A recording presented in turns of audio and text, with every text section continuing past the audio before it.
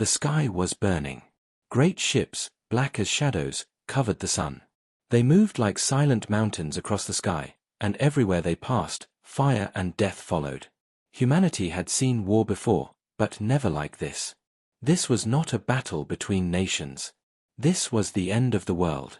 From New York to Tokyo, from Moscow to Cairo, the same story was told. Alien weapons cut through human armies like paper. Tanks melted. Jets fell like broken birds. Entire cities were reduced to ashes in minutes. Humanity fought back, but their bullets and rockets barely scratched the enemy's steel skin.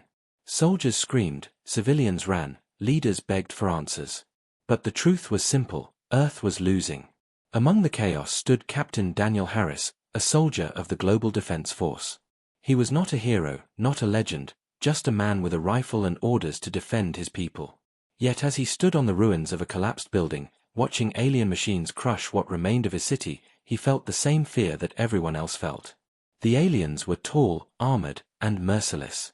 Their weapons did not just kill, they erased. A single blast could wipe out a block. Their voices, cold and mechanical, echoed across the battlefield. They spoke no words of peace. They came only to conquer. But even as hope died in the hearts of many, whispers began to spread. Whispers of a plan.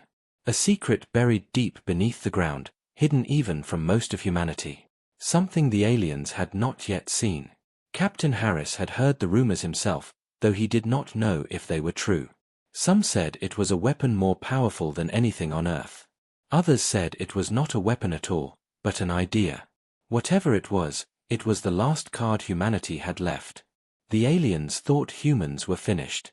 In truth, humanity was preparing for something different. All around the world, the same scenes played out.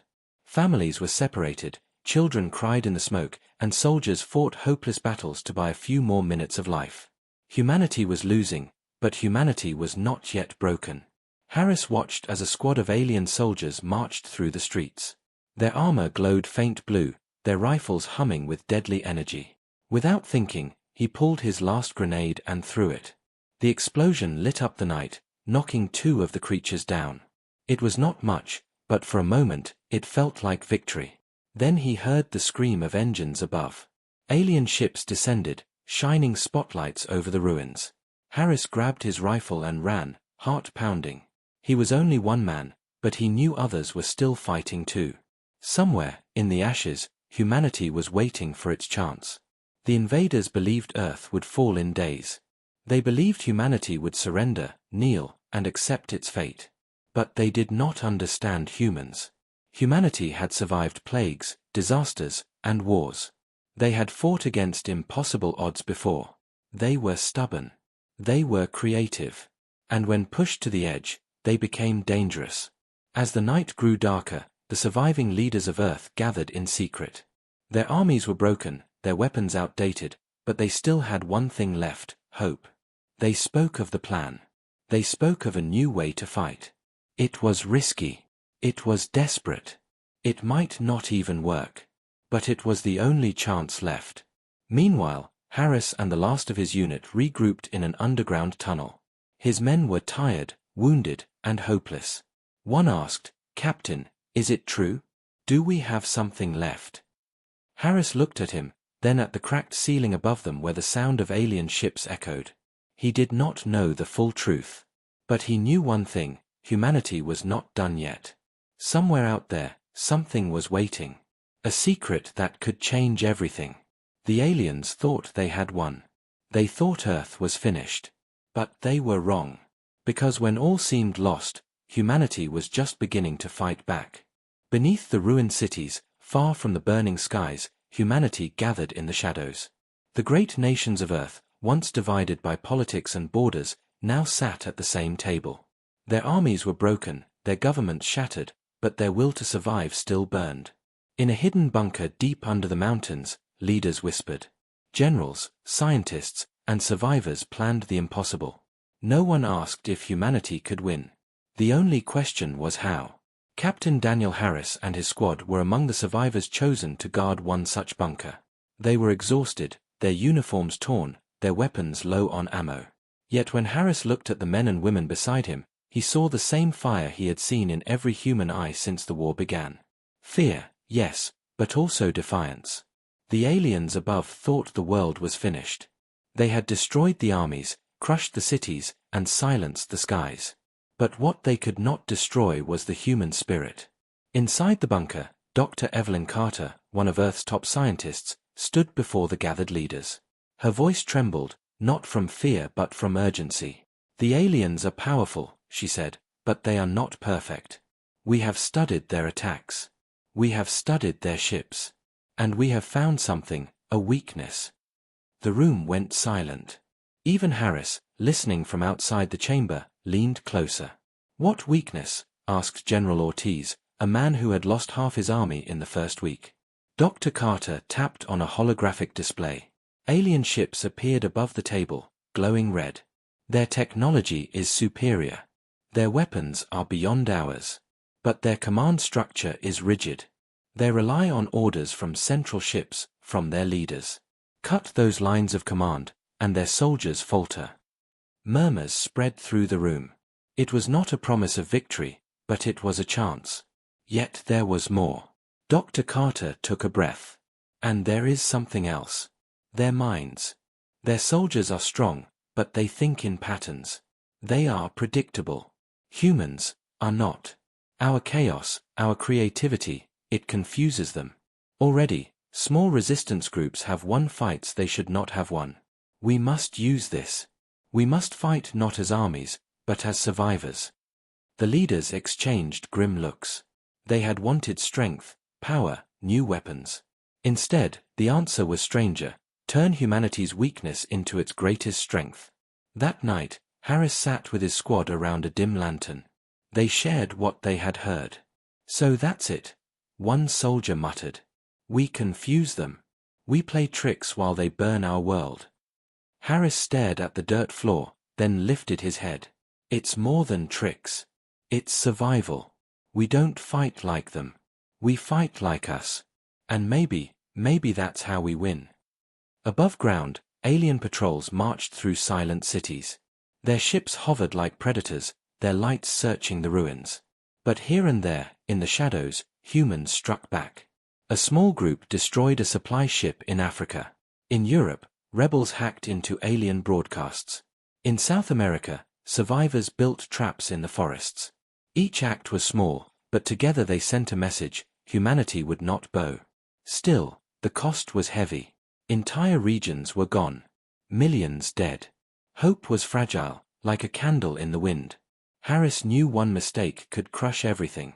Then, late one night, something unexpected happened. As Harris's squad scouted the ruins, they found the remains of a crashed alien drone. Most of it was destroyed, but its memory core was intact. They carried it back to the bunker. Dr. Carter's eyes widened when she saw it. This could be what we need. If we can unlock its systems, we may learn how they think, how they communicate.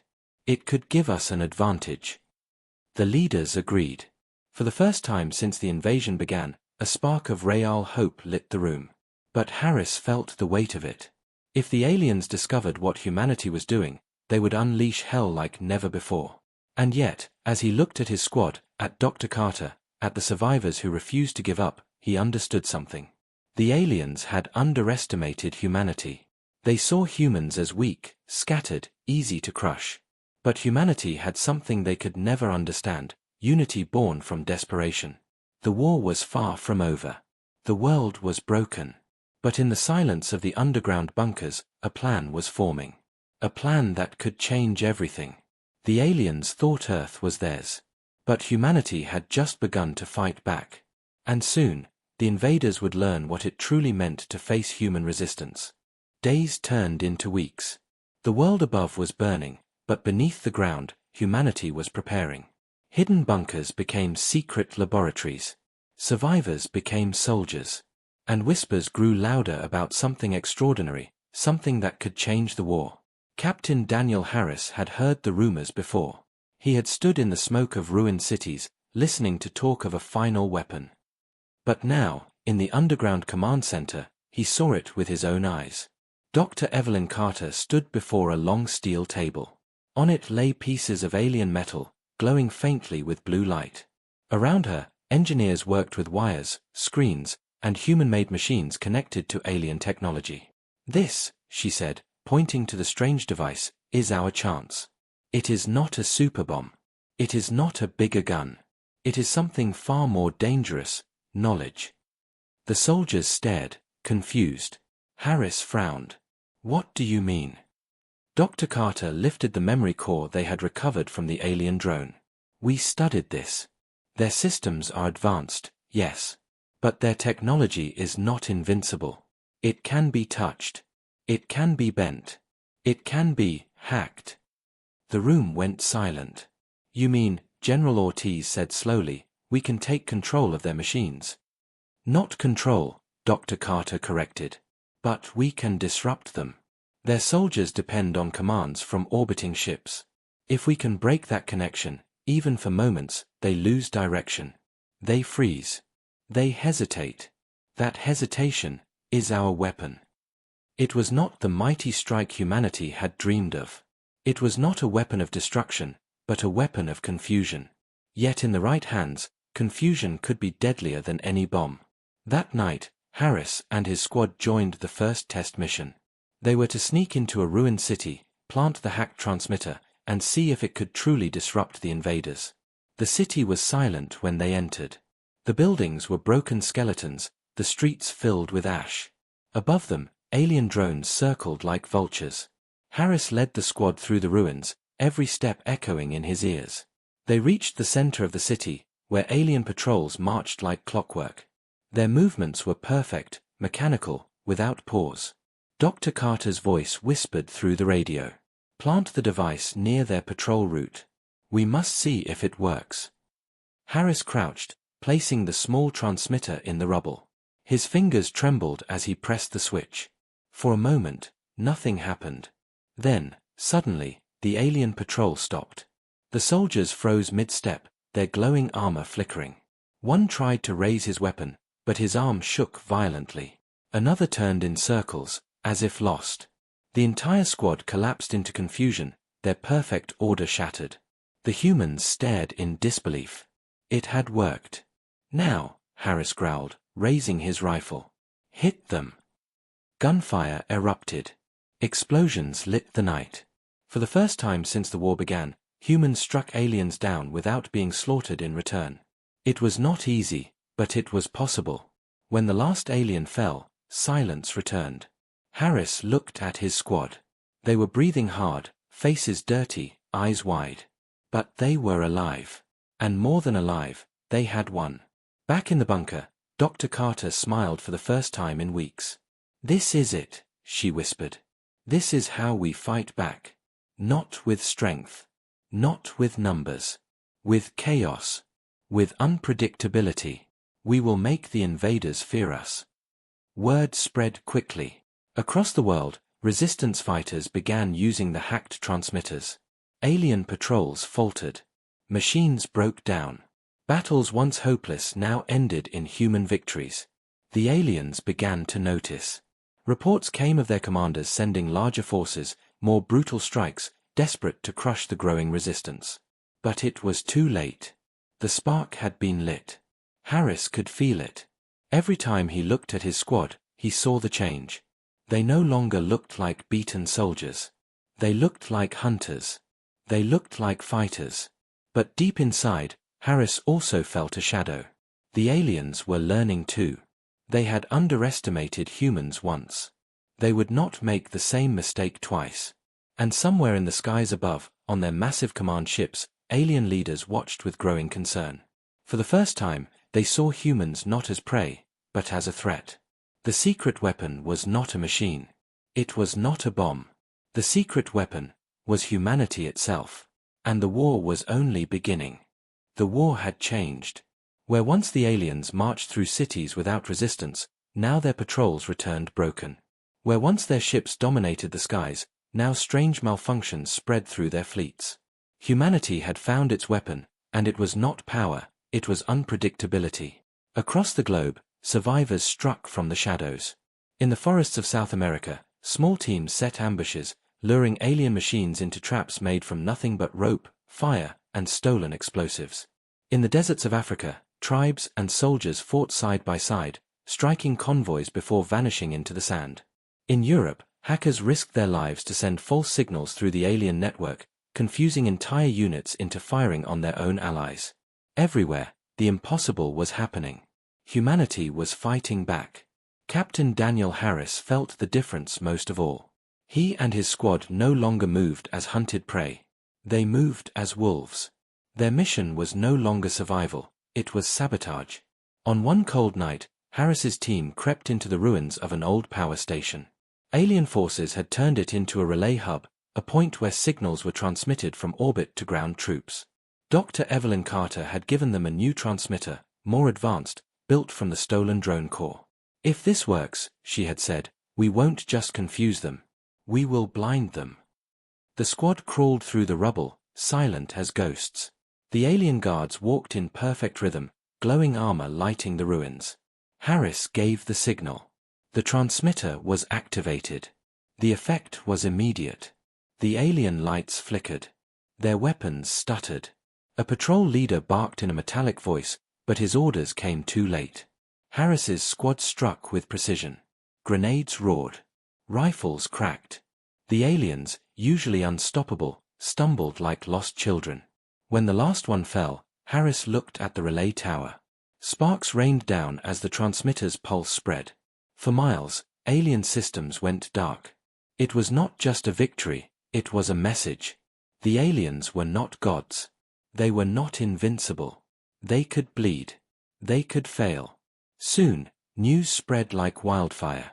Humans in Asia brought down a supply ship by overloading its systems with hacked signals. In North America, resistance fighters hijacked an alien walker and turned its weapons against its own kind. In Australia, survivors used mirrors to trick alien drones into crashing into mountains.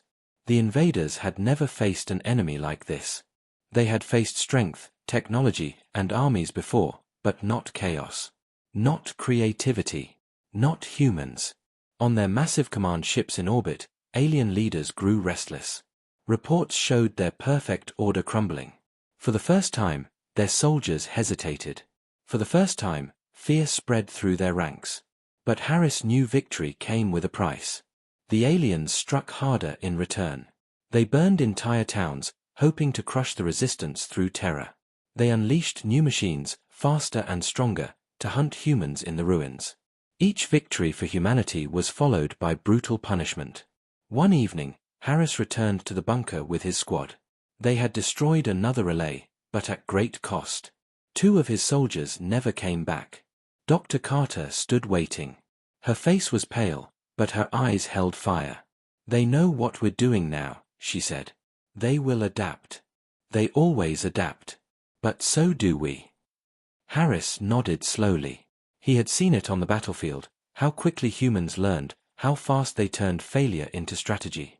That was something the aliens could never understand. Later that night, Harris wrote in his journal, something he had not done since the invasion began. "We are not fighting for victory alone. We are fighting to remind them. To remind ourselves. Humanity does not surrender. Humanity does not kneel. And when pushed to the edge, humanity becomes unstoppable." The war was far from over. Cities still burned. Millions were gone. But the tide had shifted. The hunters were now being hunted. And high above, in the cold silence of space, the alien commanders made a decision. If humanity could not be crushed with simple force, then they would unleash something far worse. But for now, in the ashes of a dying world, hope burned brighter than ever. Humanity had turned the tide. And the invaders were beginning to realize a terrible truth. They were not fighting a species. They were fighting survival itself. The war had changed again. What began as a desperate defense had turned into something the aliens never expected. Humanity was no longer hiding in shadows, they were striking openly. Resistance groups were growing bolder, battles lasting longer, and victories becoming larger. But the most shocking change did not come from humans. It came from the aliens themselves. Captain Daniel Harris first noticed it during a mission near the ruins of Berlin. His squad had ambushed a patrol, using hacked signals to throw the enemy into chaos. But when the fight ended, One alien soldier did not fire back. Instead, he dropped his weapon and raised his four-fingered hands. The squad froze, confused. Harris kept his rifle trained. Why isn't he fighting? Through the static of the translator, a voice came. Broken, robotic, but clear enough. No more war. The alien knelt, armor sparking from damage, eyes glowing faint blue. He was surrendering. Dr. Carter later explained what it meant. Not all of them agree with their leaders. They are soldiers, yes, but soldiers who can think. And now, they are beginning to question why they are here. Humanity's resistance has done more than fight them. It has planted doubt. Word spread. Here and there, alien deserters appeared. Not many, but enough to prove something vital. Even the enemy was not united. Still, the majority fought harder than ever. And soon, humanity faced its first great test. The aliens launched a massive offensive against one of the largest resistance strongholds, hidden in the mountains of South America. Thousands of survivors lived there, building weapons, shelters, and hope. If the aliens crushed it, humanity's spirit might die with it. Every soldier was called to defend the base, including Harris and his squad. 4 days, they prepared, laying traps, setting charges, and fortifying tunnels. Dr. Carter worked without sleep, installing hacked transmitters in every corner. Then the sky fell. Alien ships descended like thunderclouds, filling the mountains with fire and smoke. Their machines marched in endless lines, their weapons scorching the earth. The Battle of the Andes had begun. Harris stood on the front line, rifle in hand, heart pounding. Around him, men and women held their ground. They were outnumbered, outgunned, but not out of hope. Remember. Harris shouted above the roar. They expect order. Give them chaos. The first wave hit. Alien soldiers advanced in perfect formation, but the transmitters flickered. Their lines broke. Their weapons faltered. From the cliffs above, humans rained fire. From the tunnels below, explosives erupted, tearing through armored machines. The battle raged for hours. Every time the aliens pushed forward, humans struck from unexpected angles. They used smoke, mirrors, hacked signals, and sheer desperation. And for the first time, in open war, the aliens began to fall back. But victory came at a terrible cost. Harris's squad fought like demons, but one by one, they fell. Private Ross was crushed under rubble. Sergeant Malik held a position too long, covering the retreat, and never returned. By the end, only half the squad remained standing. Yet when the smoke cleared, the mountain stronghold still stood. The aliens retreated. Not far, not forever, but they retreated. Humanity had won its first major battle. In the bunker that night, survivors cheered, wept, and sang. For the first time since the invasion, laughter echoed in the dark. Harris sat quietly, blood on his uniform, exhaustion in his bones. He thought of the friends he had lost, and the price of survival. Dr. Carter sat beside him. Her voice was soft, but certain. "Do you see it, Captain? They are breaking. Their strength is nothing against human will. We are showing them something they cannot understand. We are showing them what it means to fight for home." High above, on the alien command ship, the leaders watched the reports. Their perfect empire had never known defeat. Their soldiers had never questioned orders. But now, both were happening. And one alien commander spoke words his people had never dared to speak before. Humanity is dangerous. The invaders had come to conquer. Now, they feared the very world they sought to own. The enemy was breaking. And humanity was ready to strike harder than ever before. The war had reached its peak. Humanity had fought from the ashes, turned fear into fury, and forced the invaders to retreat again and again. But the alien empire was vast, and they were not willing to accept defeat. Above Earth, their massive command fleet gathered, an armada so large it blotted out the stars. The message was clear: crush humanity once and for all. Inside the mountains, the resistance leaders gathered for their final council. Dr. Evelyn Carter stood at the head of the table, her voice steady despite the fear in the room. They will not stop. If they regroup, they will burn this world until nothing is left. We cannot wait for them to strike again. We must take the fight to their fleet. One final battle. One final stand. Silence followed. Everyone in the room knew what it meant. Humanity had no great warships, no advanced fleets. What they had were hacked systems, desperate courage, and a plan as dangerous as it was brilliant. The strategy was simple. Strike the alien command ships. Without them, the invaders' armies would fall into chaos. It would be suicide, but if it worked, Earth would survive. Captain Daniel Harris was chosen for the mission. His squad was broken and blooded, but those who remained volunteered without hesitation. "If this is the end," Harris said, "then let's make sure it's an end worth remembering." The Resistance launched stolen alien transports, each one packed with human fighters, explosives, and transmitters. They rose through the burning skies into the blackness of space. For the first time, humanity left the ground to face its enemy among the stars. The alien fleet was waiting. Colossal ships, glowing with cold blue light, turned their weapons toward the tiny human crafts. Harris felt the rumble of explosions all around as comrades were destroyed one by one. But still, they pushed forward. Dr. Carter's voice came through the comms. "Remember, the command ship is the heart. Blind it, and the body dies." Harris's transport weaved through fire, closing in on the largest vessel. Alien fighters swarmed like hornets, their beams tearing through metal. Harris gripped his rifle, ready for the moment of truth. "Now!" Dr. Carter shouted. The hacked transmitters activated. Signals pulsed through the void, tearing into alien systems. For the briefest moment, the perfect order of the fleet shattered. Ships turned on one another. Weapons misfired. Confusion spread.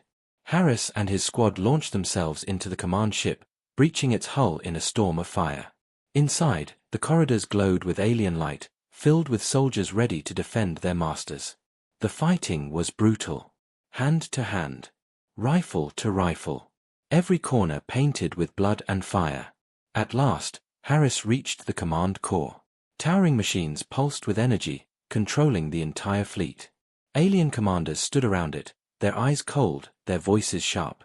One raised its weapon, hissing, "You cannot win. You are weak. You are chaos." Harris lifted his rifle, breathing hard. "Exactly." He pulled the trigger. Explosions shook the ship as charges were set. The core collapsed in fire, and with it, the entire fleet lost its mind. Across space, alien ships spun out of control, firing wildly, colliding into one another. What was once a perfect army became a storm of confusion. From Earth below, survivors watched as the sky lit up with fire. Alien ships fell like meteors, burning through the atmosphere. Humanity's final strike had worked. Inside the dying command ship, Harris and his squad fought to escape. Some made it. Some did not. Harris himself, blooded and broken, watched the flames consume the alien machines. He felt no fear, only pride. Because he knew what the world would remember. Not the defeat. Not the ashes. But the moment humanity stood when all seemed lost, and changed the war forever. On Earth, the survivors rose from the ruins. They had lost cities, families, and countless lives. But they had won something greater, freedom. The aliens were gone, scattered, broken. Humanity had survived. Dr. Carter stood before the people, her voice carried across the cracked radios and damaged speakers of the world. "Remember this day," she said. "They came with fire. They came with power. And they believed we would bow. But they forgot one truth: humanity does not surrender. Humanity fights. Humanity adapts. Humanity survives. That is why we are still here." The war was over. The cost had been beyond measure. But Earth still belonged to its people. And somewhere in the stars, other civilizations would hear the story. The story of a fragile world that refused to die. The story of a species that turned chaos into victory. The story of humanity.